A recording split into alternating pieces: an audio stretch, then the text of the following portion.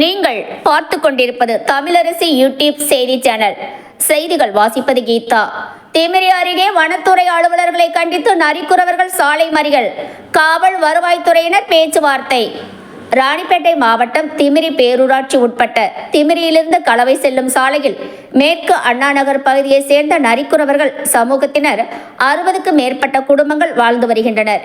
இவர்களின் தேவைக்காக நாள்தோறும் முயல், புறா, காடை உள்ளிட்டவைகளை வேட்டையாடுவதாகவும் இதனால் வனத்துறையினர் தங்களை கைது செய்து அபராதம் விதிக்கின்றனர்.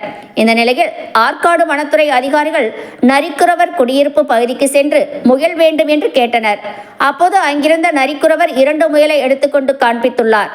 வனத்துறையினர், நாங்கள் வனத்துறை அதிகாரிகள், வீட்டில் என்ன வைத்திருக்கிறீர்கள் என்று வீட்டிற்குள் சென்று சோதனை செய்துள்ளனர்.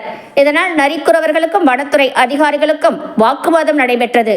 திடீரென நரிக்குறவர்கள் திமிரி கலவை நெடுஞ்சாலையில் உணவுக்காக சென்று விலங்குகளை வேட்டையாடி உண்ணும் எங்களை வனத்துறையினர் வனப்பகுதிக்கு சென்று வேட்டையாடுவதாக குற்றம் சாட்டி கடந்த வாரம்தான் 35,000 ரூபாய் அபராதம் விதித்த நிலையில் மீண்டும் நாங்கள் புதிய வனசரகர் என கூறி முயல் மற்றும் புறா, அதற்கு தேவையான வலைகளை வனத்துறையினர் பறிமுதல் செய்தனர்.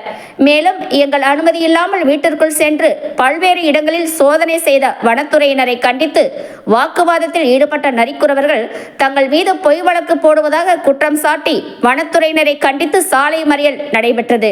இதையடுத்து தகவல் அறிந்த சம்பவ இடத்திற்கு வந்த போலீசார் மற்றும் திமிரி வருவாய் ஆய்வாளர் கார்த்திகேயன், கிராம நிர்வாக அலுவலர் சரவணன், கவுன்சிலர் மணி ஆகியோர் சாலை மறியலில் ஈடுபட்டவுடன் பேச்சுவார்த்தை நடத்தினர்.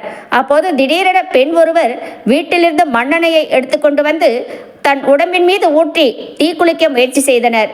பின்னர் எங்களிடமிருந்து பறிமுதல் செய்த பொருட்களை திருப்பி ஒப்படைக்க வேண்டும், அத்துமீறி எங்கள் வீட்டிற்கு சென்று சோதனை செய்த வனத்துறை அதிகாரிகள் 5 பேர் மீது நடவடிக்கை எடுக்க வேண்டும் என நரிக்குறவர்கள் கூறியதை வருவாய் ஆய்வாளர் கார்த்திகேயன், நீங்கள் புகார் மனுவாக எழுதி கொடுங்கள், மாவட்ட ஆட்சியரிடம் தெரிவித்து நடவடிக்கை எடுப்பதாக வருவாய் ஆய்வாளர் கார்த்திகேயன் தெரிவித்ததை அடுத்து மறியலில் ஈடுபட்டவர்கள் கலைந்து சென்றனர்.